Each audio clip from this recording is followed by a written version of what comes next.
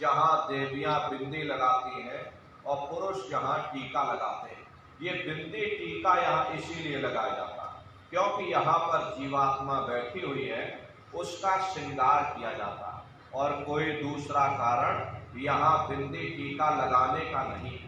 तो यहीं पर बैठ करके जीवात्मा अपने प्रकाश को नीचे के चक्रों में फैलाती है, जिससे आपका ये शरीर चलता है, आपके पैर चलते, आपके हाथ चलते, मुंह चलती, आंख चलती, शरीर का हर एक अंग चलता है। जब आप भजन करोगे और घंटे शंख की आवाज को सुनोगे तो उस आवाज में कशिश है, वो शब्द चुंबक है, वो आपको अपनी ओर खींचेगा और जब खिंचाव होगा तो जीवात्मा का फैला हुआ प्रकाश नीचे के 9 द्वारों से सिमट करके यहाँ 10वें द्वार पर एकाग्र हो जाएगा, जहाँ ये जीवात्मा बैठी हुई है।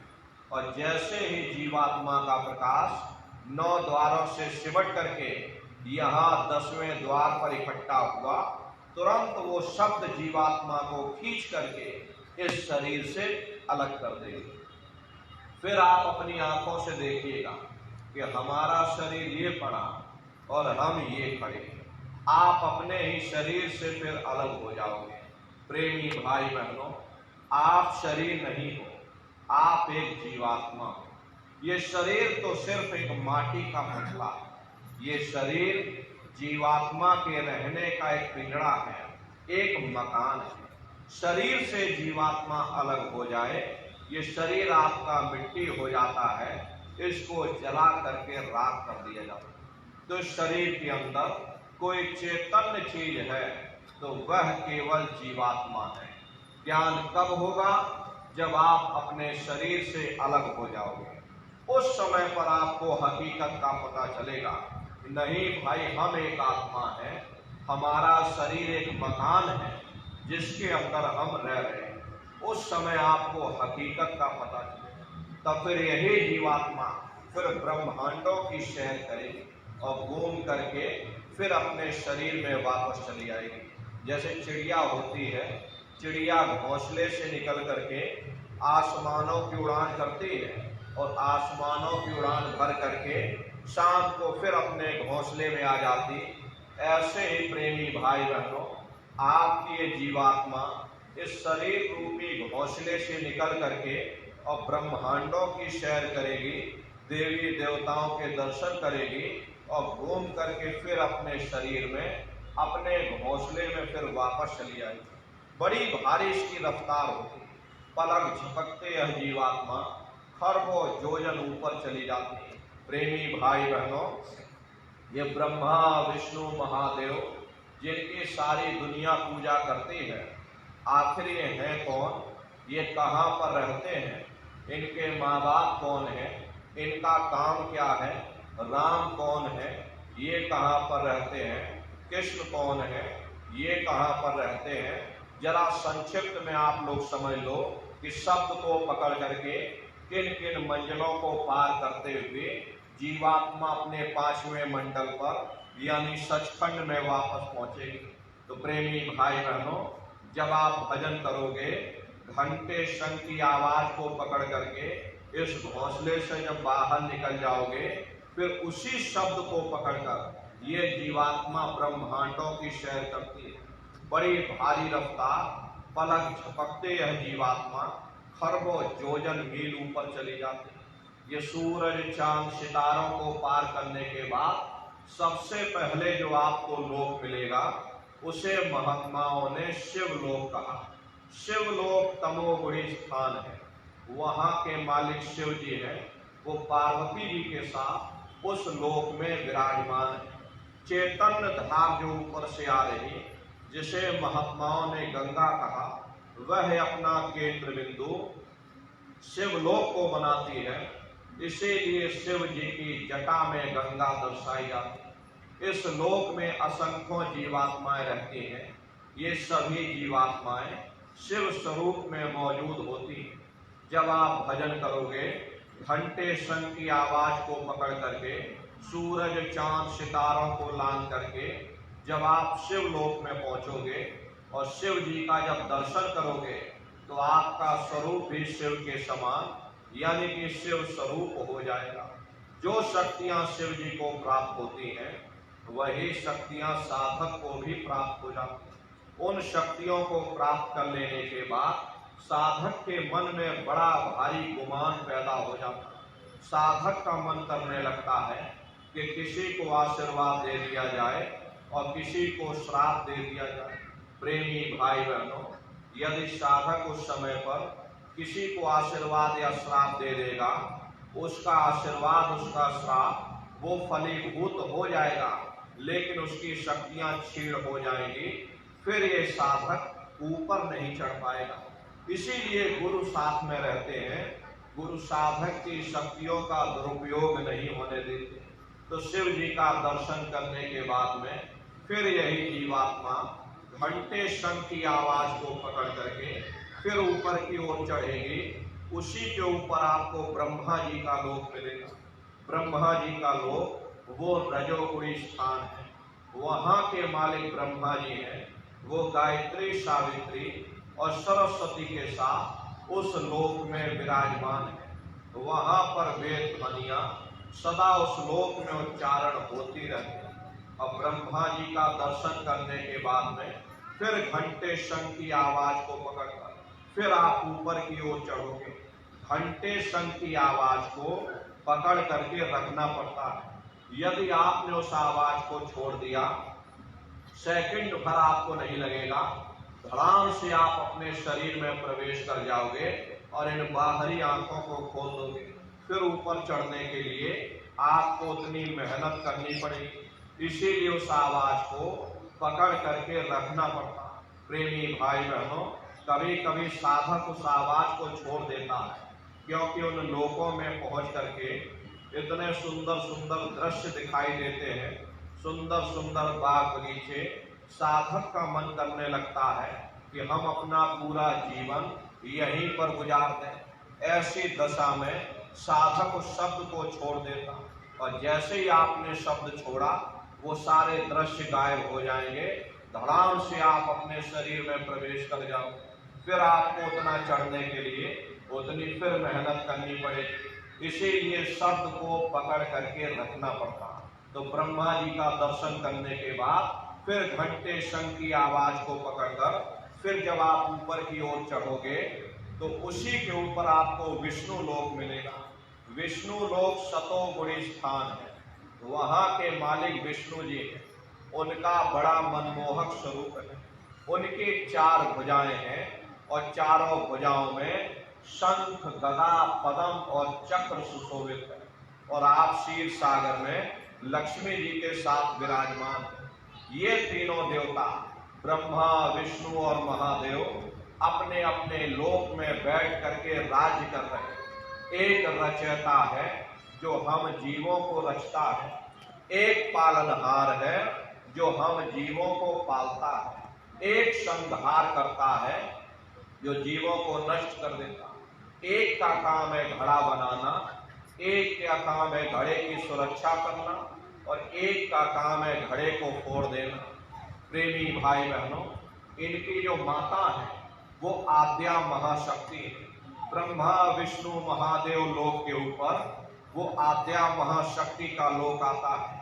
उसी लोक को पार करने के बाद सबसे पहला देश पड़ता है, या यूं कह लीजिए कि पहली राजधानी पड़ती है, जिसे महात्माओं ने सहस दल कवल कहा।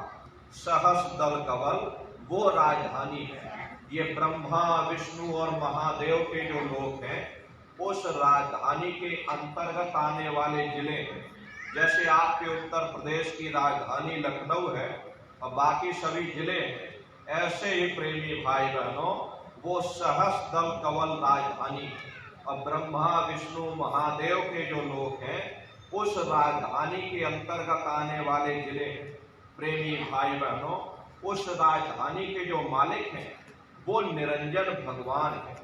इन्हीं को दुनिया त्रिलोकीनाथ कहती है। यही सत्पुरुष भगवान के वो सबसे छोटे पुत्र हैं, जिन्होंने जीवात्माओं का भंडार वरदान के रूप में मांग करके और इस संसार में जीवात्माओं को फंसा दिया।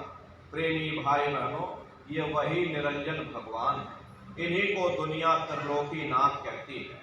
हिंदू इन्हीं को परमात्मा कहते हैं, मुसलमान उन्हीं को खुदा कहते हैं और ईसाई उन्हीं को गॉड कहते हैं। घंटे और शंख की आवाज जो हर इंसान के अंदर गूंज रही, वो आवाज उन्हीं के मुखार बिंद से हो रही है। निरंजन भगवान का जो स्वरूप है वो ज्योतिष स्वरूप है। अरे हम आप मंदिरों में ज्योत जलाते हैं, उस ज्योत में तेल की जरूरत पड़ती है, बाती की जरूरत पड़ती, लेकिन वो अखंड ज्योति ऐसी है जिसमें ना तेल की जरूरत है और ना बाती की जरूरत है। पलटू साहब ने जिक्र किया है कि उल्टा हुआ गगन में तिस्में जरे चिराग, तिस्में जरे चिराग बिना रोगन बिन बाती, और 6 ऋतु 12 मास जरत रहे दिन राती, सतगुर मिले जो होए ताहि की नजर में आवे, बिन सतगुर नहीं कोई वाह को दर्शावे। वो अखंड ज्योति ऐसी है जिससे पूरा ब्रह्मांड प्रकाशवान हो रहा है। न जाने कितने ऋषि मुनि, न जाने कितने पीर पैगंबर औलिया उस ज्योत पर कुर्बान हुए बैठे। प्रेमी भाई बहनों, जितनी भी अवतारी शक्तियां आई, राम आए, राम को वहीं से नीचे उतारा गया। इसीलिए उस देश को अयोध्या नगरी भी कहा जाता है। और जितने देवी देवता ब्रह्मा विष्णु महादेव आदि की उत्पत्ति वहीं से हुई। गोस्वामी जी महाराज जब साधना करके वहां पहुंचे, तभी उन्होंने अपनी धर्म पुस्तक में लिख दिया कि अति विचित्रता लोक अनेका, रचना अधिक एक ते एका। विचित्र विचित्र भांत के वहां लोग बने हुए, एक से बढ़कर एक महल बने हुए, जिनकी फर्श पर न जाने कितना सोना चांदी और कितने हीरे जवाहरात जड़े हुए। वहां के बाग और बगीचों की सुंदरता, हरे प्रेमी भाई बहनों, एक एक वृक्ष इतना लंबा है कि आप एक पेड़ को देखोगे लाखों वर्ष आपको लग जाएंगे, लेकिन एक पेड़ की लंबाई पूरी नहीं देख पाओगे। इतनी विशाल वहां की रचना है।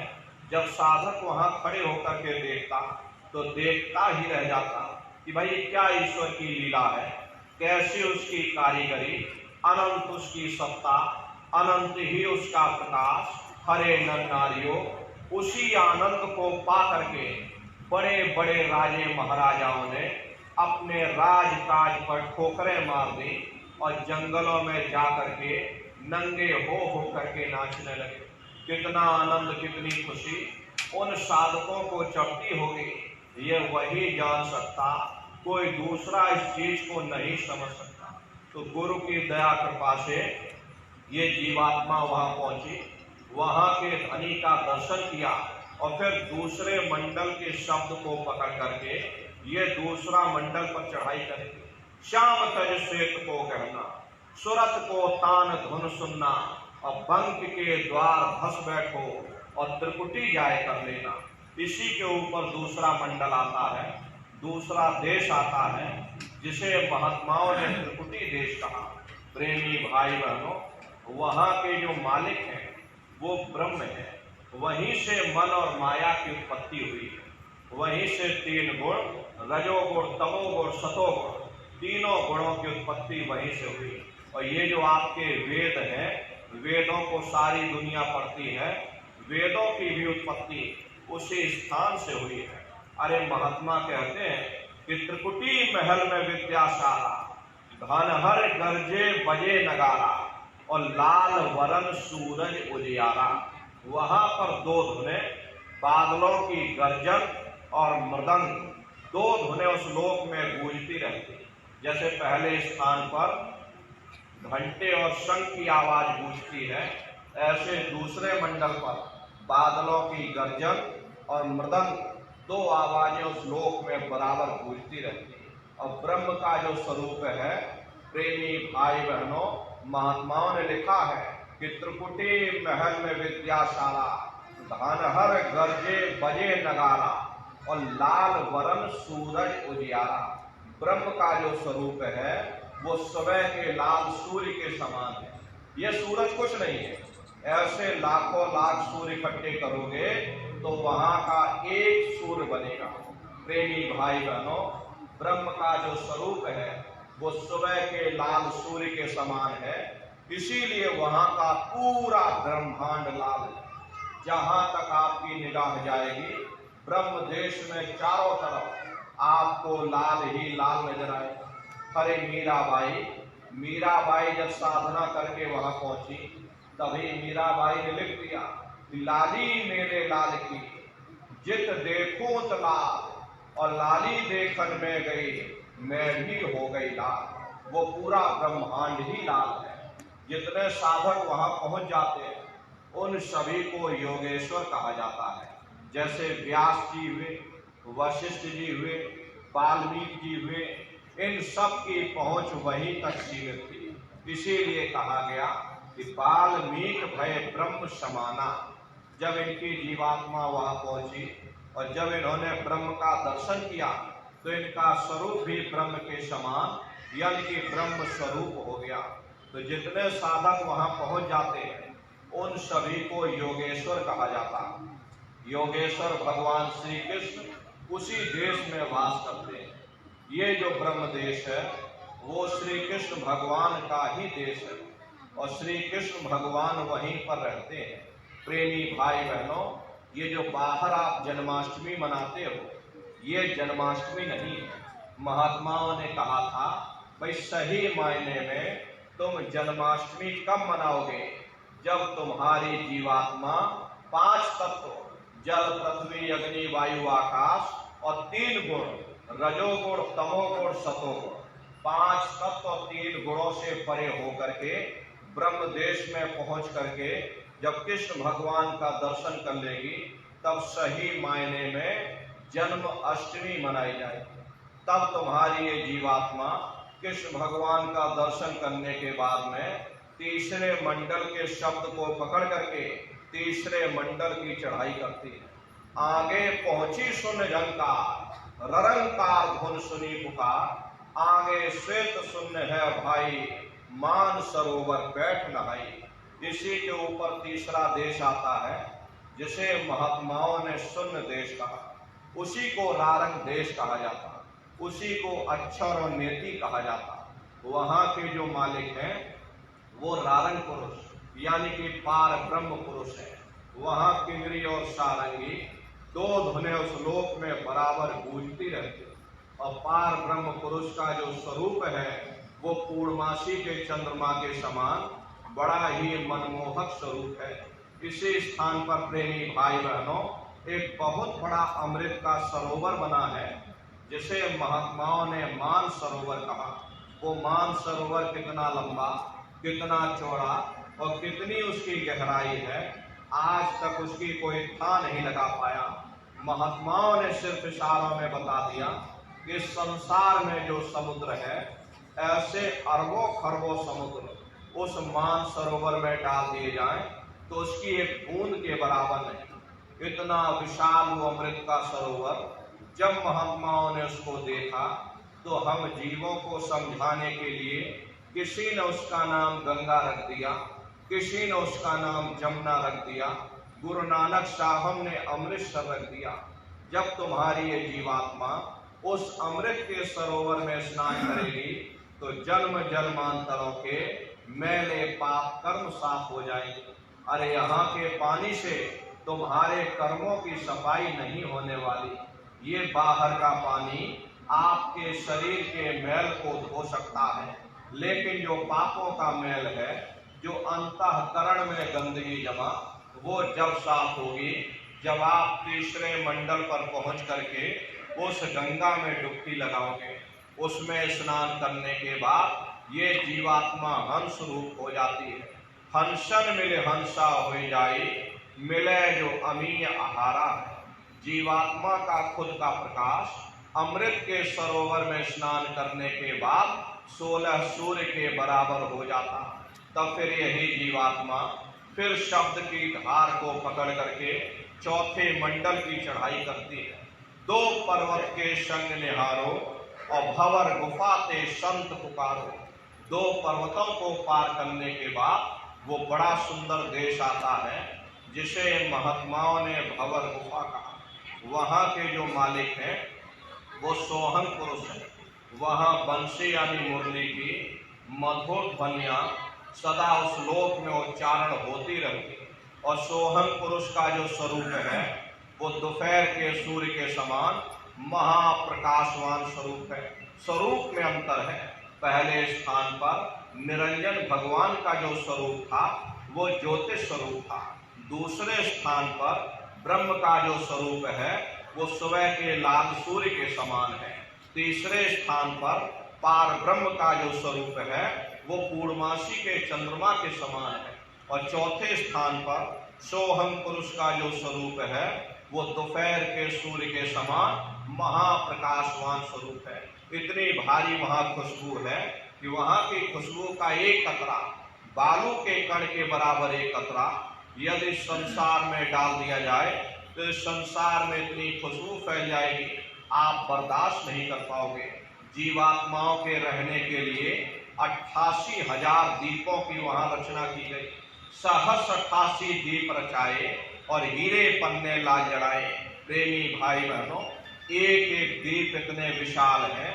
ये जो संसार है ऐसे अरबों खरबों संसार एक साथ मिला करके वहां के एक दीप में डाल दोगे तो चने के दाने के बराबर नहीं। इतना विशाल विशाल वहां पर दीप बने हुए और कुल 88,000 दीप हैं जिनके अंदर ये जीवात्माएं रहती हैं। और वहां के धनी का दर्शन करने के बाद ताके परे धाम सतनामा और बीन बजे सतलोक ठिकाना। सोहम देश के ऊपर वो 5वां देश आता है जिसे महात्माओं ने सचखंड देश कहा। वो सचखंड देश अजर अमर अविनाशी सदा एक रस रहने वाला देश है।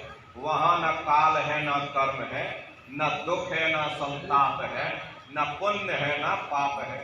जो जीवात्माएं वहाँ पहुँच जाती हैं हमेशा के लिए जन्म मरण के बंधनों से आजाद हो जाती है। वहाँ के जो मालिक हैं वो सत्पुरुष भगवान हैं जिनके रोम रोम में खरबों खरब सूरज चांद सितारे प्रकाशवान। वही हमारे आपके सच्चे मालिक हैं, वही हमारे आपके सच्चे पिता हैं। हमको आपको वहीं से नीचे उतारा गया। फिर शब्द को पकड़ करके हम लोगों को अपने घर सचखंड में वापस पहुंचना है। शब्द शब्द पौड़ी पर चढ़कर पहुंचो सचखंड सतनाम। शब्द की सीढ़ी हर मंजिल पर लगा रखी। आपने भजन किया, घंटे शंख की आवाज को पकड़ा तो आप पहले स्थान पर पहुंच जाओगे। वहीं से दूसरे मंडल का शब्द सुनाई पड़ेगा, उसको आप पकड़ लोगे तो आप दूसरे मंडल पर पहुंच जाओगे। वहीं से तीसरे मंडल का शब्द सुनाई पड़ेगा। ऐसे ही शब्द दर शब्द, मंजिल दर मंजिल ये जीवात्मा अपने देश सचखंड में वापस पहुंच जाती। तो शब्द कब पकड़ में आएगा? जब आप भजन करोगे। और भजन कैसे किया जाएगा एक बार फिर से आप लोग समझ लीजिए। देखो प्रेमी भाई बहनों, आंख और कान को बंद करिएगा, ऊंचा ध्यान दे करके सुनिएगा। सीटी जैसी आवाज मिलेगी उसको आप पकड़ लें, उसको सुनते रहना, लेकिन मन को रोकने की कोशिश करिएगा। ये मन ऐसे समय पर जरूर भागेगा। प्रेमी भाई बहनों, आप अपने आप को कितना भी अंधेरी कोठरी में बंद कर लो, शरीर बंद पड़ा रहेगा लेकिन मन दुनिया में भ्रमण करेगा। अभी यहाँ बैठे सत्संग सुन रहे हो लेकिन मन दुनिया में भाग रहा। किसी को पानी पीने जाना, मन वहाँ लगा हुआ, किसी को नाश्ता करने जाना, कोई बाल बच्चों को छोड़कर आया, कोई दुकान दफ्तर छोड़कर आया, कोई खेती बाड़ी छोड़कर आया। शरीर बेचारा यहाँ बैठा और मन दुनिया में भ्रमण कर रहा। तो ऐसे भजन से कोई लाभ नहीं होगा। जिन्होंने मार मन डाला उन्हीं को सूरमा कहना, और बड़ा बैरी ये मन घट में इसी का जीत ना कटना। अगर दुनिया में कोई हमारा दुश्मन है वह केवल हमारा मन है। ये मन रूपी रावण कब मरेगा? जब आप 9 द्वारों पर फतेह हासिल करके 10वें द्वार पर चढ़ जाओगे, तब सही मायने में दशहरा मनाई जाएगी। ये बाहर की दशहरा नहीं है जो लकड़ी का रावण बना देते हो और फूंक फांक करके घर वापस आ जाते। कहते भाई हमने रावण मार दिया। अरे महात्माओं ने कहा था भाई सही मायने में दशहरा कब मनाई जाएगी, विजयदशमी कब मनाई जाएगी, जब आप 9 द्वारों पर फतेह हासिल करके यहाँ 10वें द्वार पर चढ़ जाओगे, तब सही मायने में विजयदशमी मनाई जाएगी। तब ये मन रूपी रावण मरेगा, तब फिर ये जीवात्मा, इसी को महात्माओं ने राम भी कहा। अरे आपकी धर्म पुस्तकों में लिखा है, एक राम दशरथ का बेटा, एक राम घट घट में लेटा, एक राम का सकल पसारा, एक राम है सबसे न्यारा। एक वो राम है जो अयोध्या के वासी है, एक राम घट घट में लेटे, यानी हमारी आपकी जीवात्मा, इसे भी महात्माओं ने राम की संज्ञा दी। एक राम का सकल पसारा, यानी पहले स्थान के मालिक वो निरंजन भगवान, जिनको दुनिया त्रिलोकीनाथ कहती है, जो सत्पुरुष के सबसे छोटे पुत्र हैं, जिन्होंने वरदान में जीवात्माओं को मना करके, मांग करके और ये संसार बना करके कर्मों के जाल में फंसा दिया। प्रेमी भाई बहनों, महात्मा कहते वो राम पहले स्थान के मालिक निरंजन भगवान, उन्हें भी महात्माओं ने राम की संज्ञा दी। और एक राम है सबसे न्यारा, यानी 5वें स्थान के मालिक वो सत्पुरुष भगवान, जो हमारे आपके सच्चे पिता हैं। महात्माओं ने कहा भाई एक वो राम, तो महात्मा तो उस राम की महिमा गाते। तो प्रेमी भाई बहनों, महात्माओं ने कहा भाई जब मन रूपी रावण मर जाएगा, तब तुम्हारी ये जीवात्मा, ये राम अपने पहले स्थान पर, यानी निरंजन भगवान के देश में, यानी अयोध्या नगरी में पहुंचेगी। और वहां जब निरंजन भगवान का दर्शन करेगी, यानी ज्योतिष स्वरूप का दर्शन करेगी, तब सही मायने में दिवाली मनाई जाएगी। तो महात्माओं का अपना एक आध्यात्मिक उद्देश्य रहा। मोटी बात आप लोग समझो, भजन कैसे करोगे, आप कान को बंद करना, ऊंचा ध्यान दे करके गौर से सुनिएगा।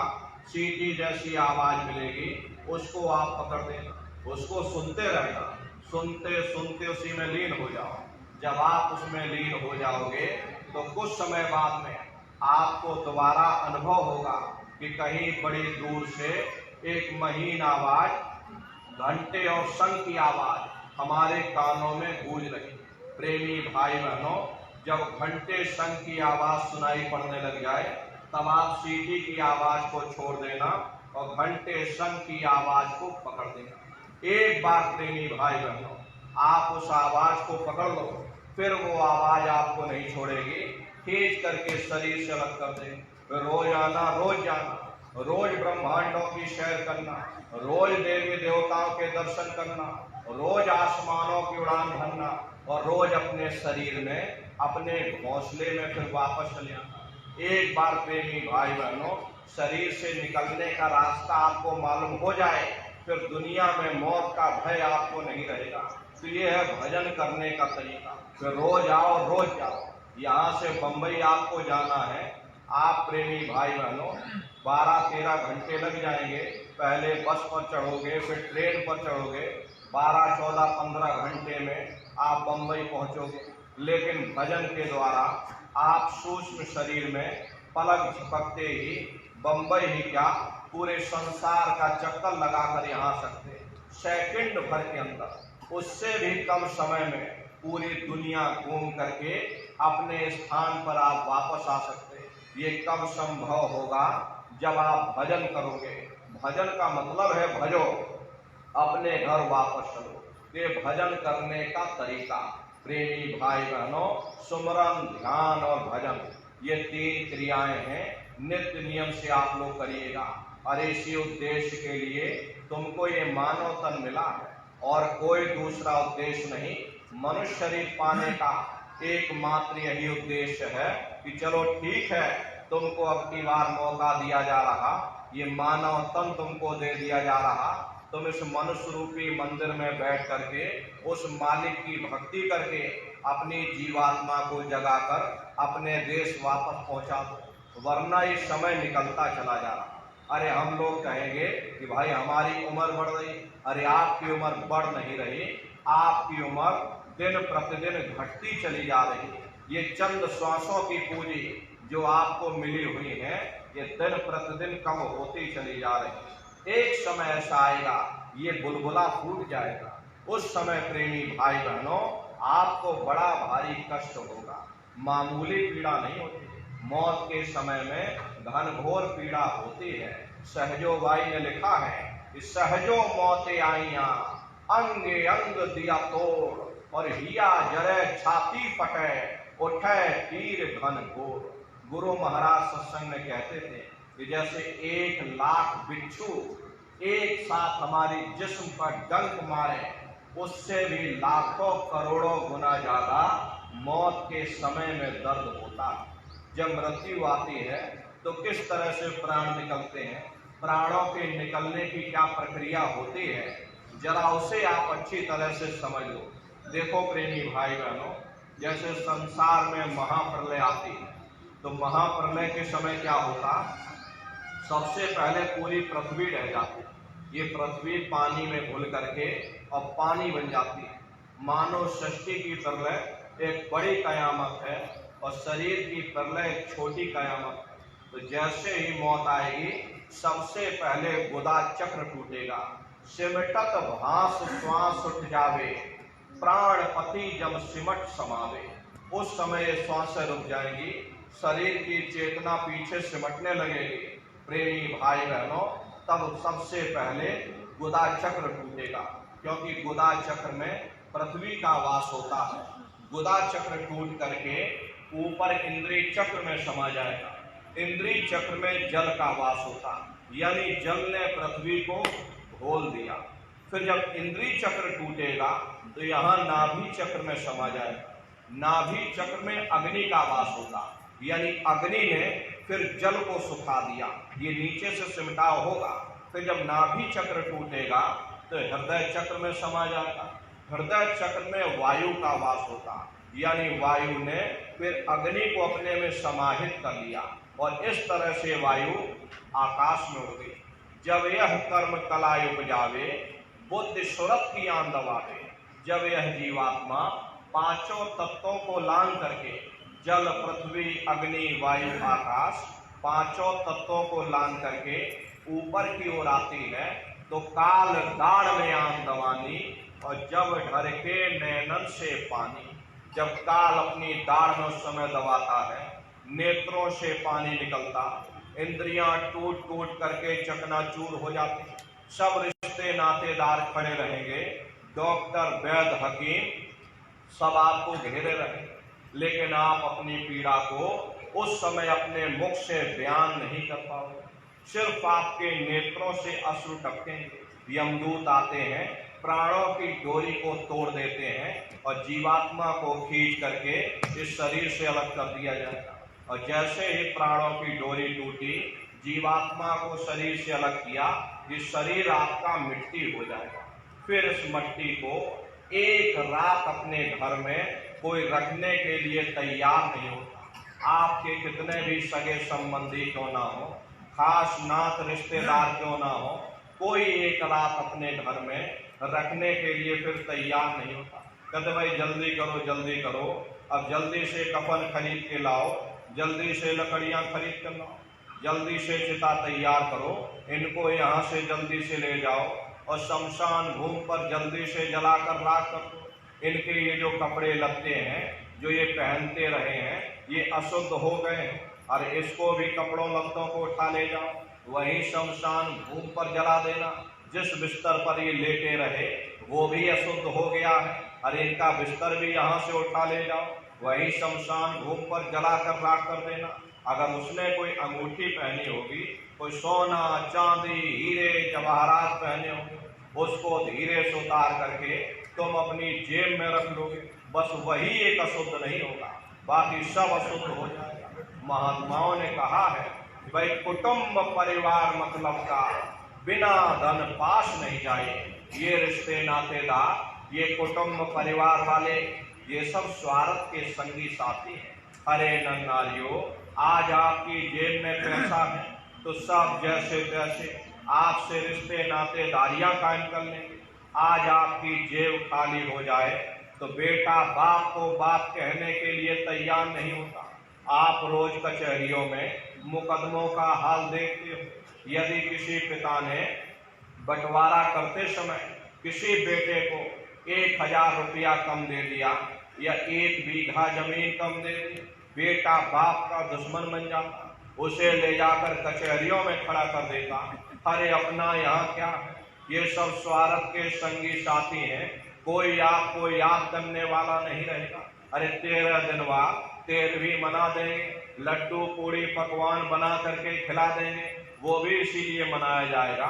ये समाज क्या कहेगा, नात रिश्तेदार क्या कहेंगे कि फलाने की 13वीं नहीं मनाई। तो अपने मान सम्मान को बचाए रखने के लिए आप थोड़ा बहुत खर्चा कर दोगे, लड्डू पूड़ी पकवान बना करके समाज में खिला दोगे, फिर कोई तुमको याद करने वाला नहीं रहेगा। अभी बूढ़े बुजुर्गों से पूछा जाए क्या आपको अपने माँ बाप की याद आती है, कहेंगे भाई नहीं आती। अरे क्यों नहीं आती, तुम्हारे माँ बाप थे, तुमको पाला पोसा, तुमको बड़ा किया, खुद भूखे रहे होंगे, तुम्हारा पेट भरा होगा, तुमको तुम्हारे माँ बाप की याद क्यों नहीं आती? क्योंकि तुम्हारे सामने तुम्हारे लड़के बच्चे हो गए, तुम्हारे नाती पोता पंक्ति संति हो गए, माँ बाप की यादों को भूल गए हो, नई यादों में फिर फैल गए। तो प्रेमी भाई बहनों, ऐसे ही सब आपको भूल जाएंगे। आपका ये नाम, आपकी शानो शौकत और जिस जात बिरादरी के लिए आप रात दिन लड़ते झगड़ते रहते हो, वही जात बिरादरी वो शमशान भूमि पर जलकर खाक हो जाएगी। वही नाम, वही शानो शौकत वो शमशान भूमि पर जल करके राख हो जाएगा। ये अध्याय तो आपका समाप्त हो गया। उधर देखो क्या होता है, उधर तुम्हारी जीवात्मा को ले जाकर और धर्मराज की कचहरी में पेश कर दिया जाएगा। वहां पलक झपकते ही तुम्हारे अच्छे बुरे कर्मों का हिसाब हो जाएगा। धर्मराज तुमको सजा सुना देंगे, ले जाओ इनको फलाने नरक में डाल, क्योंकि इनको मौका दिया गया था, मनुष्य शरीर दिया गया था। जब ये माँ के गर्भ में उल्टे लटके थे, उस समय परमात्मा से अरदास करते थे कि हे परमात्मा, मुझे एक बार मौका दे, मुझे एक बार मनुष्य शरीर दे दो, हम भजन करेंगे, भक्ति करेंगे, अपनी जीवात्मा का कल्याण करेंगे। परमात्मा ने तुमको मौका दे दिया कि चलो ठीक है, तुमको एक किराए का मकान दिया जा रहा, ये साफ सुथरा कुछ समय के लिए तुमको किराए का मकान मैंने दे दिया। तुम अपनी जीवात्मा को इस किराए के मकान में बैठा करके मालिक की भक्ति करके अपनी जीवात्मा को जगाकर अपने देश वापस पहुंचा देना। जब समय पूरा होगा, मेरे सिपाही आएंगे, उस समय तुमको ये किराए का मकान खाली करना पड़ेगा। जैसा साफ सुथरा मैंने तुमको किराए का मकान दिया था, वैसा साफ सुथरा तुम मेरे किराए के मकान को वापस लौटा देना। लेकिन किराए के मकान में बैठ करके तुमने अच्छे बुरे कर्म कर डाले, कर्मों के भंडार इस किराए के मकान में भर दिए, किराए के मकान को तुमने गंदा कर दिया, इसलिए वो तुमको सजा मिलेगी। धर्मराज तुमको सजा देंगे कि भाई इन्होंने मेरे मकान को गंदा कर दिया, अच्छे बुरे कर्मों से इन्होंने कर्मों के भंडार भर दिए, इसलिए कर्मों का फल इनको मिलेगा, ले जाओ इनको फलाने नरक में ले जाकर डालो। अरे महात्मा कभी झूठ नहीं बोलते। महात्माओं ने जब साधना किया और साधना करके जब ऊपर गए, ऊपर जा करके जब उन्होंने नरकों का हाल देखा, तो हमारी आपकी जानकारी के लिए उन्होंने उन किताबों में लिख दिया, लोह के खम्भ तपत के माही और जहां जीव को ले चिपटाई, वहां लोहे के खंभे अग्नि से धधक धधक कर लाल हो रहे हैं। ऐसे खोटे जीवों को उन खम्भों में चिपकाया जाता। जीव हाय हाय करके तड़पता है, तड़प तड़प जीव जुलम बुखारी और तपत खम्भ दुखी उपजे भारी। असहनीय वेदना होती है, असहनीय दुख दर्द होता, जीव रोता और चिल्लाता रहता। वहां कोई तुम्हारी पुकार सुनने वाला नहीं, कोई तुम्हारी दर्द भरी आवाज को सुनने वाला नहीं। अरे नर नारियों, ये दुर्दशा क्यों हो गई? क्योंकि हम लोग मनमुखी हो गए, मन के कहे पर चलने लगे, मन के कहे पर चल करके अच्छे बुरे कर्म करने लगे। कर्मों का जखीरा अंबार के अंबार हमने अपने सिर पर लाद लिए, आज उन्हीं कर्मों का भोग पा रहे हैं।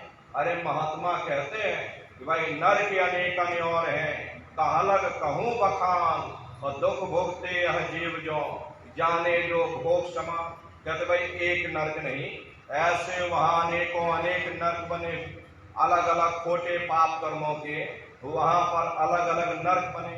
ये जीव अनंतों अनंत युगों तक, अरे वर्षों की बात नहीं कर रहे, अनंतों अनंत युगों तक जीव अपने कर्म के अनुसार नरकों की यातनाएं भोगता रहता है। और नरकों की यातनाएं भोगने के बाद इसी जीवात्मा को सीधे मनुष्य शरीर नहीं दिया जाएगा, बल्कि फिर इसे 4 खान 84 लाख योनियों में डाला जाएगा। जैसे बच्चा होता है, बच्चा पहले कक्षा 1 पास करेगा, फिर कक्षा 2 में जाएगा, ऐसे ही वहां पूरा चैनल बना हुआ। नरकों की यातनाएं भोगने के बाद इसी जीवात्मा को 4 खानों में डाला जाएगा। अब ये 4 खान ये कोई मामूली योनियां नहीं होती। 4 खान का मतलब है अंडज, पिंडज, उपमज और स्थावर। ये 4 खाने पहली श्रेणी पेड़ पौधों की होती है, जिनके अंदर पानी का तत्व मौजूद होता है। कभी ये भी मनुष्य हुआ करते थे, लेकिन आज अपने कर्मों का भोग पा रहे एक जगह पर खड़े हुए।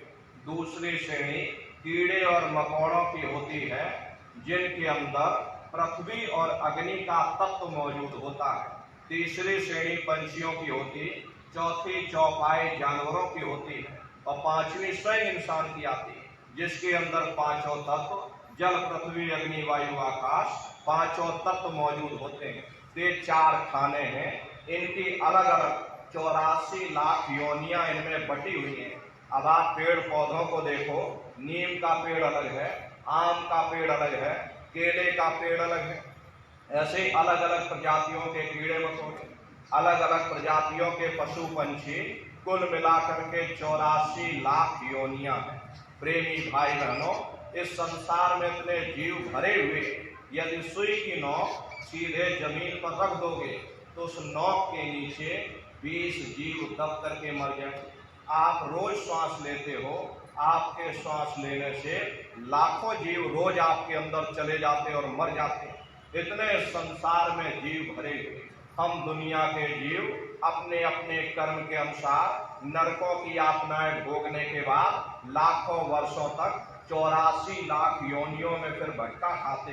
अरे कई जन्म भय कीट पतंगा, कई जन्म भय मीन कुरंगा, कई जन्म पंखी सर्प होइयो, कई जन्म हैवर वृक्ष जोइयो, मिल जगदीश मिलन की वरिया, और चिरंकार यह देश सजरिया। करोड़ों करोड़ युगों से नरकों की यातनाएं भोगने के बाद फिर कभी कीड़े पतंगों की योनि में भटकते हैं, कभी पेड़ पौधों की योनि में भटकते हैं, तो कभी पशु और पंछियों की योनि में भटका खाते। प्रेमी भाई बहनों, 84 लाख योनियों की सबसे जो आखिरी योनि होती है वो गाय और बैल की योनि होती है। गाय स्त्री का रूप लेती है और बैल पुरुष का रूप लेते हैं। ये 84 लाख योनियों की सबसे आखिरी योनि होती है। इसीलिए हमारे धर्म शास्त्रों में गाय और बैल को काटना निषेध किया गया, क्योंकि ये गाय और बैल न जाने कितने युगों से नरकों की पीड़ा सहने के बाद 84 लाख योनियों में भटकने के बाद तब इनको गाय और बैल की योनि मिलती है। इसके बाद इनको मनुष्य शरीर मिलना होता है। लेकिन यदि गाय और बैल को हम बीच में ही काट देंगे, मान लो गाय की उम्र 10 साल की है और 5 साल की उम्र में हमने गाय को काट दिया या बैल को काट दिया, तो बाकी बचे 5 साल ये प्रेत योनि में भटका खाएंगे। और 5 साल वहां भटकने के बाद में फिर जब ये बच्चे पैदा होंगे, ये चिड़चिड़े स्वभाव के पैदा होंगे। इसीलिए हमारे धर्म शास्त्रों में गाय और बैल को काटना निषेध किया गया। तो ये गाय और बैल की योनि ये 84 लाख योनियों की सबसे आखिरी योनि यानी अंतिम पायदान होता है। उसके बाद तब जाकर के हम लोगों को दोबारा ये मनुष्य शरीर फिर से प्राप्त होगा। इसीलिए कहा गया बड़े भाग्य मानुष तन पाया, बड़े सौभाग्य से हम लोगों को ये मानव तन मिला। अरे बड़े से बड़े देवी देवता भी इस मानव तन को पाने के लिए तरसते हैं, क्योंकि इन 84 लाख योनियों से उन नरकों से निकलने का एक ही रास्ता है, वह केवल मनुष्य का शरीर है। इसी मनुष्य मंदिर में बैठ करके हम परमात्मा की भक्ति कर सकते हैं। इसीलिए संतों महात्माओं ने इस पंच भौतिक शरीर को सच्चा हरि मंदिर कहकर याद किया कि हरि मंदिर यह शरीर है, ज्ञान रतन प्रकट होए, ये असली हरि मंदिर है। जब भी वो परमात्मा मिलेगा इसी हरि मंदिर के अंदर जाकर मिलेगा। इसी पंच भौतिक शरीर को ईसा मसीह साहब ने टेम्पल ऑफ लिविंग गॉड यानी जिंदा खुदा का मंदिर कहकर याद किया। इसी पंच भौतिक शरीर को मुसलमान फकीरों ने कुदरती काबा कहकर याद किया। ये असली कुदरती काबा है। खुदा का दीदार जब भी होगा इस कुदरती काबे के अंदर जाकर होगा। और उन मुसलमान फकीरों ने फरमाया है कि भाई कुदरती काबे की तू और मेहराम में सुन गौर से, आ रही धुर से सदा तेरे बुलाने के लिए। अब मुसलमान लोग क्या करते, मस्जिद के मेहराब पर चढ़ जाते हैं और वहीं से बाग देना या कलमा पढ़ना शुरू कर देते। लेकिन उन फकीरों ने फरमाया था कि भाई कुदरती काबे यानी इस कुदरती काबे के अंदर जाकर के मेहराब में सुन गौर से यानी इन 9 द्वारों से अपने फैले हुए ख्याल को समेट करके यहाँ 10वें द्वार पर एकाग्र करो, जहाँ ये जीवात्मा ये रूह बैठी हुई, यही कुदरती काबे का मेहराब है। मेहराब में सुन गौर से यहाँ पर अपने ध्यान को समेट करके गौर से उस आवाज को सुनने की कोशिश करो, उस कलमा को सुनने की कोशिश करो। आ रही धुर से सदा तेरे बुलाने के लिए, यानी खुदा की दरगाह से अत्यंत मीठी से मीठी, सुरीली से सुरीली आवाज तुम्हारे अंदर रात और दिन फुनकारे दे रही। जब तुम्हारी ये जीवात्मा उस आवाज को सुनेगी, जब तुम्हारी ये रूह उस कलमा को सुनेगी, उस कलमे को पकड़ करके तुम्हारी ये रूह वहीं पहुंच जाएगी, ये जीवात्मा वहीं पहुंच जाएगी जहां वो परमात्मा बैठा हुआ, जहां वो खुदा बैठा हुआ। तो यही महात्माओं ने समझाने की कोशिश की, भाई परमात्मा जब भी मिलेगा तुम्हें तुम्हारे अंदर मिलेगा। बाहर से आज तक न कभी किसी को परमात्मा मिला, न भविष्य में कभी मिल सकता। यही कबीर साहब ने लिखा है कि जो तिल माही तेल है, जो चकमक में आ और तेरा साई तुझ में और जाग सके तो जाग। जिस तरह तिल में तेल होता है, पत्थर में अग्नि होती, ठीक उसी तरह से वह मालिक हर एक के खट खट में, हर एक के वजूद के अंदर बैठा हुआ। यही मुसलमान फकीरों ने फरमाया, यही आपकी धर्म पुस्तकों में भी लिखा है, अरे मोकू का धूड़े रे बंदे, मैं तो तेरे पास में, और ना तीरथ में ना मूरत में, मैं तो हूँ विश्वास में। ना मैं तीरथ में मिलूंगा, ना मैं मूरत में मिलूंगा, न अन्य किसी कर्म कांड में मिलूंगा। मैं जब भी मिलूंगा तो मैं तुम्हारे अंदर मिलूंगा। इसलिए अपने वजूद के अंदर जाकर के सुरत शब्द नाम की कमाई करो, मालिक की भक्ति करो। रास्ता बिल्कुल सच्चा है, आप करोगे आपको अनुभव होगा, दिखाई भी देगा और सुनाई भी पड़ेगा। लेकिन इतना ध्यान रखिएगा, जो भी आपको दिखाई या सुनाई पड़े आप लोग किसी को बताइएगा नहीं। बहुत से प्रेमी भाई बहन गलती कर देते हैं, उस समय इतनी खुशी आपको होगी कि आप अपनी खुशी को हजम नहीं कर पाओगे और दूसरों को बोल दोगे कि हमको ऐसे ऐसे ब्रह्मांड दिख रहे, नदी पेड़ पहाड़ झरने दिख रहे। अगर आपने दूसरों को बता दिया, वो ऊपर बैठा हुआ वहीं से बंद कर देगा, फिर दिखाई सुनाई देना हमेशा के लिए बंद हो जाएगा। ये गूंगे की मिठाई है, ये परमात्मा की दौलत है। अरे आप अपनी दौलत को कितना छिपा करके रखते हो, घर के अंदर अलमारी में आप बंद करके रखते हो। कोई बाजार में ढिंढोरा नहीं पीटता कि मेरे घर में इतनी दौलत रखी। अब अगर ढिंढोरा पीटोगे चोर चोरी कर ले जाएंगे।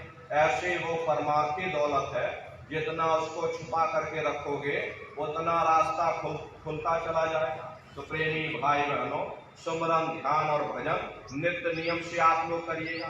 अरे शरीर को भोजन देते हो, सुबह दोपहर शाम खाते रहते, लेकिन कभी आपने विचार नहीं किया ये जीवात्मा जो जन्म जन्मांतरों से भूखी प्यासी बैठी, कभी आपने इसको भोजन नहीं दिया। और इसका भोजन शब्द है, इसका भोजन नाम है। अपना ये नियम बनाओ कि पहले अपनी जीवात्मा को भोजन देंगे, फिर अपने शरीर को भोजन देंगे। अगर ये नियम आपने बना लिया तो आपका लोक भी बन जाएगा और परलोक भी बन जाएगा। हरे प्रेमी भाई बहनों, घर बार छोड़ने की जरूरत नहीं है, बाल बच्चों को छोड़ने की जरूरत नहीं है, समाज छोड़ने की जरूरत नहीं है, जात और बिरादरी बदलने की जरूरत नहीं है। ये जात पात के रगड़े झगड़े ये हमने आपने बनाए। प्रेमी भाई बहनों, परमात्मा ने कोई जात पात का रगड़ा झगड़ा नहीं खड़ा किया। परमात्मा ने सिर्फ एक इंसान बना करके भेजा। प्रेमी भाई बहनों, ये रगड़े और झगड़े ये तो हमने आपने यहाँ आकर पैदा कर दिए। आप अपनी बुद्धि से विचार करिए, जब गुरु नानक साहब नहीं आए थे तब कोई सिख नहीं था, जब मोहम्मद साहब नहीं आए थे तब कोई मुसलमान नहीं था, जब ईसा मसीह साहब नहीं आए थे तब कोई ईसाई नहीं था। और पीछे लौटते चले जाओ, केवल मनुष्य ही मनुष्य रह जाते। ये रगड़े झगड़े किसने पैदा किए? ये बखेड़ेबाजी किसने पैदा की? ये हमने आपने यहाँ कर दी। हर परमात्मा ने सिर्फ एक इंसान बनाकर नीचे भेजा था। अरे प्रेमी भाई बहनों, ये जल सबके लिए एक समान है, वायु सबके लिए एक समान है, प्रकाश सबके लिए एक समान है। प्रेमी भाई बहनों, परमात्मा की तरफ से कोई भेदभाव नहीं है। ये भेदभाव ये हम मनुष्य आकर के यहाँ करते हैं। महात्मा समझाने की कोशिश करते, वह जाति पाति पूछे नहीं कोई, और हरि का भजय सो हरि का होई। लोग यहाँ जात पात बनाते बनाते मर गए। लेकिन ऐ नर नारियों, जब तुम्हारी ये जीवात्मा इस मनुष्य रूपी चोले को छोड़ करके ऊपर धर्मराज की कचहरी में पहुंचेगी, वहां न तुमसे ये पूछा जाएगा कि तुम किस जाति के हो, तुम किस कौम के हो, तुम किस मजहब के हो, तुम हिंदू हो या मुसलमान हो, हिंदुस्तान से आए हो या पाकिस्तान से आए हो। अरे वहां तुम्हारे कर्म देखे जाएंगे, भक्ति भाव देखा जाएगा, मालिक से मिलने का प्रेम और प्यार देखा जाएगा। कोई भी महात्मा ये जात पात के रगड़ों झगड़ों में नहीं पड़ता। महात्माओं का जो उपदेश होता है वो कुल आलम के लिए होता, सारी दुनिया के लिए होता है, सर्व मानव जाति की भलाई के लिए होता। अगर महात्मा केवल हिंदू की बात करे, अगर महात्मा केवल मुसलमान की बात करे, या महात्मा किसी एक जात या मजहब की बात करे, वो महात्मा हो ही नहीं सकता। महात्मा प्रेमी भाई बहनों, ये सबके लिए महात्मा एक तराजू पर सबको तौलते हैं। इसीलिए महात्मा समझाने की कोशिश करते हैं, ऐ नर नारियों, उस परमात्मा को प्राप्त करने के लिए न तुम्हें जात पात बदलने की जरूरत है, न तुम्हें समाज छोड़ने की जरूरत है, न तुम्हें जंगलों पहाड़ों में जाने की जरूरत है, न तुम्हें साधु सन्यासी और बाबा बनने की जरूरत। अरे भाई, अपने अपने घर परिवार में रहिए, अपने अपने बाल बच्चों के साथ रहिए, गृहस्थ आश्रम में रहिए, मेहनत ईमानदारी से काम करिए और 24 घंटे में घंटा 2 घंटा अपनी जीवात्मा के कल्याण के लिए सुरत शब्द नाम की कमाई यानी कि सुमरन, ध्यान और भजन करिएगा। प्रेमी भाई बहनों, यही दौलत अंत समय में तुम्हारे काम आएगी। बाकी सब रगड़े झगड़े ये सब यही पड़े रह जाएंगे। अरे बड़े बड़े राजे महाराजे आए, उन राजे महाराजाओं का इतिहास देखिए, सारी जिंदगी लड़ते झगड़ते बिता दिया और किला बनाते बनाते सारी उम्र बिता दी। आज उनके किलों को जाकर देखो, आज खंडहर बने पड़े हुए। विश्व विजेता सिकंदर सारी दुनिया पर राज करने का ख्वाब देखता था, वो भी मुट्ठी खोल करके चला गया। कोई क्या साथ लेकर जाएगा? जो चीज तुम्हारे साथ में जाने वाली वह केवल परमात्मा की भक्ति है, सुरत शब्द नाम की कमाई है। इसलिए घाट पर बैठ करके सुरत शब्द नाम की कमाई यानी कि सुमरन, ध्यान और भजन नित्य नियम से आप लोग करिएगा। और प्रेमी भाई बहनों, आप सभी लोग शाकाहारी रहिएगा, क्योंकि हमारे गुरु महाराज ने शाकाहार पर विशेष जोर दिया।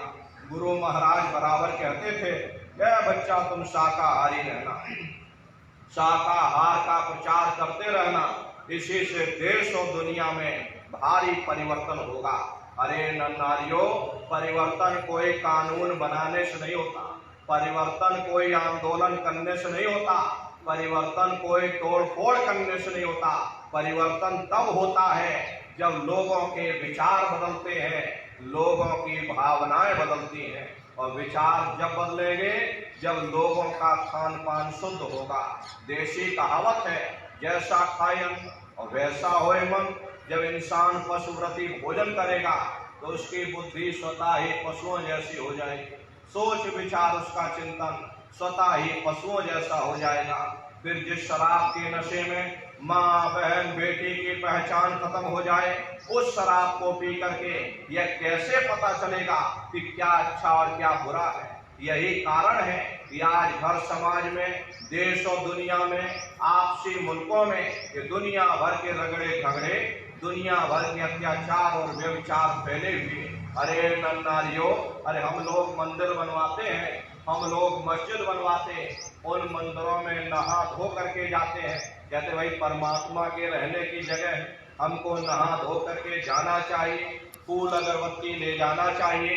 फिर ये जो हरि मंदिर है, ये पंच भौतिक शरीर जिसको महात्माओं ने हरि मंदिर कहा, इसमें तुम हाड़ मांस के लोथड़े डालोगे, शराब के कतरे डालोगे, अपने बनाए हुए ईंट गारे के मंदिर की तुम कद्र करोगे और परमात्मा के बनाए हुए इस हरि मंदिर की कद्र नहीं करोगे तो सख्त सजा मिलेगी। अरे महात्माओं ने लिखा है कि तिल भर मच्छी खाए के कोटि गौ दे दान और काशी करवट जा मरे निश्चय नरक निदान। यदि तिल भर भी मच्छी खा करके फिर चाहे कोटान कोट गौओं का दान करो और काशी में जा करके मत्था रगड़ते रगड़ते अपनी जीवन लीला को वहीं पर बिता दो, फिर भी तुमको तुम्हारे गुनाहों की सजा मिलेगी। कोई बच नहीं सकता, क्योंकि कर्म भूमि है। यहाँ तुम जैसे कर्म करोगे वैसा ही फल तुमको मिलेगा। देखिए, इस कर्म भूमि पर कृष्ण भगवान तक नहीं बच पाए। उस समय बाली को छिप करके बाण मारा था, वही बाली कृष्ण अवतार में बहेलिया बन के आ गया। कृष्ण भगवान के पैरों में पद्म चमकता था, हिरण की आंख समझ करके निशाना मार दिया और जब पास में आकर के देखा कृष्ण भगवान थे, अफसोस करने लगे। लेकिन कृष्ण भगवान ने उसको समझाया कि इसमें तुम्हारा कोई दोष नहीं, उस समय हमने तुमको मारा, आज तुमने हमको मार दिया, हमारा तुम्हारा अदला बदला पूरा हो गया। कर्म प्रधान विश्व रच राखा, जो जस करे सो तस फल चाखा। ये कर्मों का ऐसा देश है, यहाँ तुम जैसे बीज बोगे वैसी ही फसल काटोगे। अरे धृतराष्ट्र ने कृष्ण भगवान से पूछा कि हे केशव, मैं अंधा क्यों हूँ? मुझे 100 जन्मों की खबर है, मैंने इन 100 जन्मों में कोई ऐसा कर्म नहीं किया जिससे मैं अंधा होता। कृष्ण भगवान ने सिर पर हाथ रखकर कहा, जरा और पीछे जाकर देखो। तो देखा तो 106 जन्म का कर्म निकला। प्रेमी भाई बहनों, ये कर्मों का बड़ा पेचीदा जंजाल है। बड़े बड़े ऋषि मुनि, बड़े बड़े पीर पैगंबर औलिया ये कर्मों के जाल में फंस करके धोखा खा गए। बड़े बड़े देवी देवता तक धोखा खा गए। हरे कृष्ण भगवान ने उद्धव से कहा कि हे उद्धव, ये जो तुम चीटा देख रहे हो ये कई बार इंद्र बन चुका। हरे नरनारियों, जब स्वर्गों का राजा इंद्र वह अपने कर्मों के कारण चीटा बन सकता तो हम दुनिया के जीवों का क्या हाल होगा, हम लोग विचार नहीं कर पाते। बिना कर्म कोई काया नाही, जग बस रहा कर्म के माही। कोई शरीर बिना कर्म के नहीं। ये सूरज चांद सितारे, ये जमीन ये आसमान सब कर्मों के अधीन है। कर्म होती है काया बनती है, काया होती है कर्म भी बन जाते। ये एक दूसरे पर सब आधारित है, एक के बगैर दूसरा हो ही नहीं सकता। जिस दिन से दुनिया बनी ये कर्मों का अटल कानून चला रहा। युग बदलते रहते हैं, समय बदलता रहता, लेकिन ये कर्मों का कानून नहीं बदलता।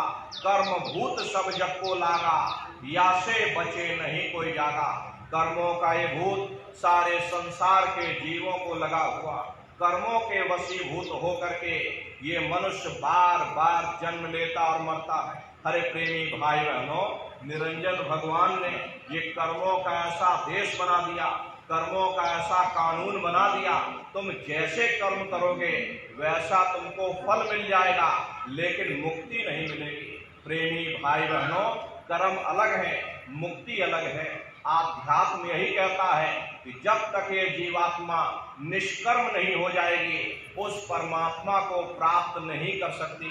यदि बुरे कर्म करोगे नरकों चौरासियों में चले जाओगे, अच्छे कर्म करोगे राजा महाराजा बन जाओगे, उसका फल आपको मिल जाएगा। आप राजा महाराजा बन जाओगे, कौमों मजहबों मुल्कों की हुकूमत हासिल कर लोगे, लोहे की जंजीरें उतर जाएंगी तो सोने की बेड़ियां पड़ जाएंगी, हाथ से झाड़ू निकल जाएगी तो हुकूमत की बागडोर मिल जाएगी, ज्यादा से ज्यादा तुम स्वर्ग वैकुंठ में चले जाओगे। वो भी भोग योनियां हैं, एक निश्चित समय के लिए मिलती हैं। पुण्य कर्म समाप्त हो जाने के बाद में फिर मृत्युलोक में भेज दिया जाएगा और वहां से जो नीचे उतारा जाएगा किसी बड़े घर में जन्म मिल जाएगा। और बड़े घर में जन्म लेने के बाद कौन भला अच्छा कर्म करेगा, फिर बुरे खोटे कर्म किए, फिर नरकों और चौरासियों में चले गए। ऐसे ही प्रेमी भाई बहनों ये चक्र चलता रहता, लेकिन मुक्ति नहीं मिलती। मुक्ति कब मिलेगी? जब तुम निष्कर्म हो जाओगे। जैसा साफ सुथरा तुमको ये किराए का मकान दिया है वैसा साफ सुथरा तुम वापस उनको लौटा दोगे, उस समय तुमको मुक्ति प्राप्त होगी। प्रेमी भाई बहनों निष्कर्म कब होगे? जब आप शब्द की कमाई करोगे, शब्द कर्म की रेख कटावे, शब्द शब्द में जाय मिलावे। शब्द वो साबुन है जो तुम्हारे कर्मों की रेख पर मेघ मार देगा। जिस समय से तुम घंटे और शंख की आवाज को सुनना शुरू कर दोगे उसी समय से प्रेमी भाई बहनों तुम्हारे कर्मों की सफाई होना शुरू हो जाएगी। ये दुनिया भर के रोग भोग, ये दुनिया भर की बीमारी, दुख दर्द और तकलीफ क्यों आती है? हमारे आपके कर्मों के कारण आती है। यदि कर्म हमारे यदि साफ हो जाएं तो हम हमेशा के लिए ये रोग भोग बीमारियों से परे हो जाएं। तो प्रेमी भाई बहनों सुरत शब्द नाम की कमाई यानी सुमरन ध्यान और भजन, ये तीन क्रियाएं आपको बताई गई। आप लोग नित्य नियम से करिएगा। और प्रेमी भाई बहनों शाकाहारी रहिएगा।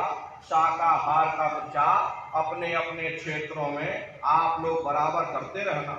ये धर्म का प्रचार प्रसार है। गुरु महाराज ने बहुत बड़ी सेवा आपको सौंपी है।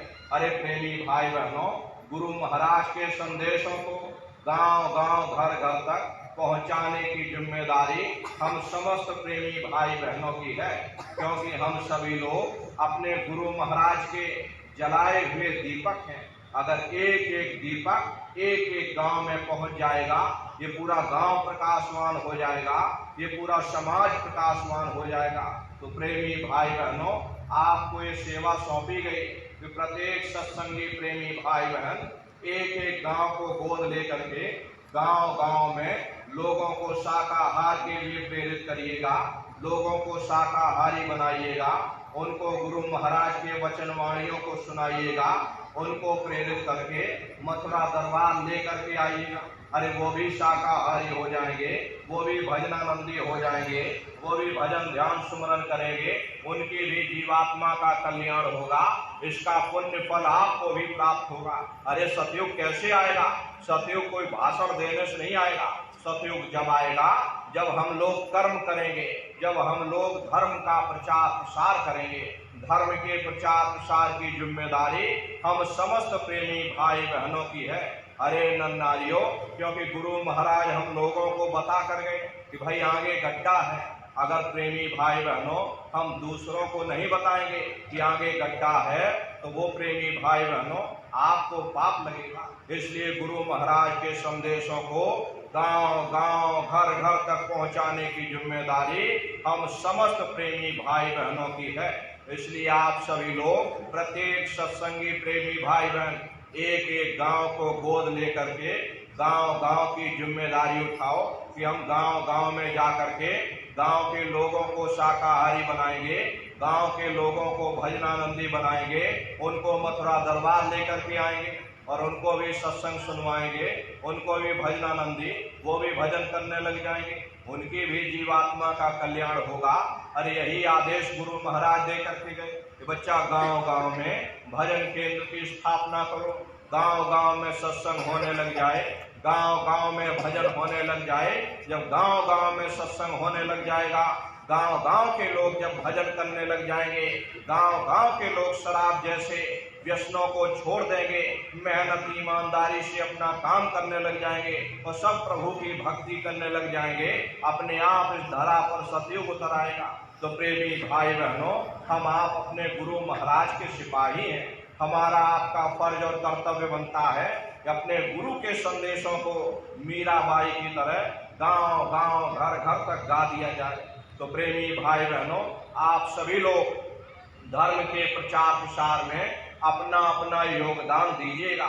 अरे नर नारियों, अरे अपने लिए तो हर कोई जी लेता है, जानवर भी अपना पेट भर लेते हैं, बाल बच्चे जानवर भी पैदा कर लेते हैं, कोई बड़ी चीज नहीं है। लेकिन कोई ऐसी अनोखी चीज जो केवल तुम मनुष्य शरीर के द्वारा कर सकते हो, वह केवल परमात्मा की भक्ति है और धर्म का प्रचार प्रसार है। और उस परम पिता परमात्मा ने तुमको यह मानव तन केवल इसीलिए दिया है कि तुम समय रहते अपनी जीवात्मा को जगा लो, अपने घर वापस पहुंचा दो और जो समय मिले उसमें धर्म का प्रचार प्रसार कर दो, नए जीवों का कल्याण हो जाए। तो प्रेमी भाई बहनों, आप लोग तन मन से अपना ये योगदान दीजिएगा। जो समय मिले धर्म के प्रचार प्रसार हेतु आप सभी लोग एक एक गांव गोद लेकर के गांव-गांव में संगठन को खड़ा करिएगा, नई संगत को तैयार करिएगा, उनको मथुरा दरबार लेकर के आइएगा और भजन ध्यान सुमरन बराबर आप लोग करते रहना। नए प्रेमी भाई बहनों को प्रेरित करते रहिएगा, भाई उनसे भी पूछते रहिएगा। पुराने प्रेमी भाई बहनों का कर्तव्य है कि नए प्रेमी भाई बहनों को समझाएं, उनको कोई तकलीफ आती है उनको बताने की जिम्मेदारी आप लोग उनको प्रेरित करते रहो, उनको समझाते बुझाते रहो। भाई आज तुमने भजन किया कि नहीं किया, आज तुमने सुमरन ध्यान किया कि नहीं, अरे भाई उनसे पूछते रहोगे, वो लोग भी करने लग जाएंगे, उनका भी कल्याण होगा, आपका भी कल्याण होगा। तो इस काम को आप सभी लोग करिएगा। और देखो प्रेमी भाई बहनों, अपने अपने बच्चों को भी बराबर मथुरा दरबार लाते ले जाते रहिएगा। ये सबसे बड़ी गलती आप सभी लोग यही करते हो कि खुद आते और जाते रहते, लेकिन अपने बच्चों की तरफ आप ध्यान नहीं देते कि भाई इन बच्चों को पढ़ने लिखने दो, इनकी पढ़ाई लिखाई का समय। अरे भाई हमारी तो उम्र हो गई, हम बूढ़े बाड़े होने को आए, चलो हम भगवान का भजन करेंगे, हम मथुरा दरबार चलेंगे। इन बच्चों को भी पढ़ने लिखने दो, इनको क्या जरूरत मथुरा दरबार जाने की। ये सबसे बड़ी गलती है। प्रेमी भाई बहनों, पढ़ाई लिखाई जरूरी है, हम ये बात मानते हैं कि आज के समय में शिक्षा बहुत जरूरी है। हमको भी गुरु महाराज ने शिक्षा दिलाई, हम भी BA और LLB करके बैठे। तो प्रेमी भाई बहनों, ऐसा नहीं है, आज के समय में शिक्षा बहुत जरूरी है, लेकिन शिक्षा के साथ साथ अच्छे संस्कार भी जरूरी हैं। और संस्कार कोई MA BA की डिग्री करने से नहीं पड़ते, संस्कार कोई डिप्लोमा करने से नहीं पड़ते। प्रेमी भाई बहनों, संस्कार पढ़ते हैं महात्माओं के वचनों से, संस्कार पढ़ते हैं सत्संग के माध्यम से। ये बच्चे देश के भविष्य हैं। एक अच्छे समाज के निर्माण के लिए बच्चों के अंदर अच्छे संस्कार डालना ये समय की बहुत बड़ी मांग है। इसलिए अपने अपने बच्चों को बचपन से ही तैयार करिए, बच्चों को बराबर अपने साथ मथुरा दरबार लाते ले जाते रहना। और जब घर में तुम्हारे बच्चे हों, गुरु महाराज की उनको कोई पुस्तक पकड़ा दो, लो बच्चा गुरु महाराज के वचन हमको सुनाओ, अच्छा छोटी सी प्रार्थना हमको सुनाओ, अच्छा चलो तुम भजन ध्यान सुमरन पर बैठ जाओ। आज घर में सामूहिक रूप से घर परिवार के लोग एक जगह इकट्ठे होकर के गुरु महाराज की फोटो के सामने उन बच्चों को ही एक पुस्तक दे दो, जिसमें से तुम प्रार्थना सुनाओ। वो बच्चे प्रार्थना गाएंगे, पीछे से आप सभी लोग प्रार्थना करिएगा। फिर उन बच्चों से कहो कि गुरु महाराज के सत्संग के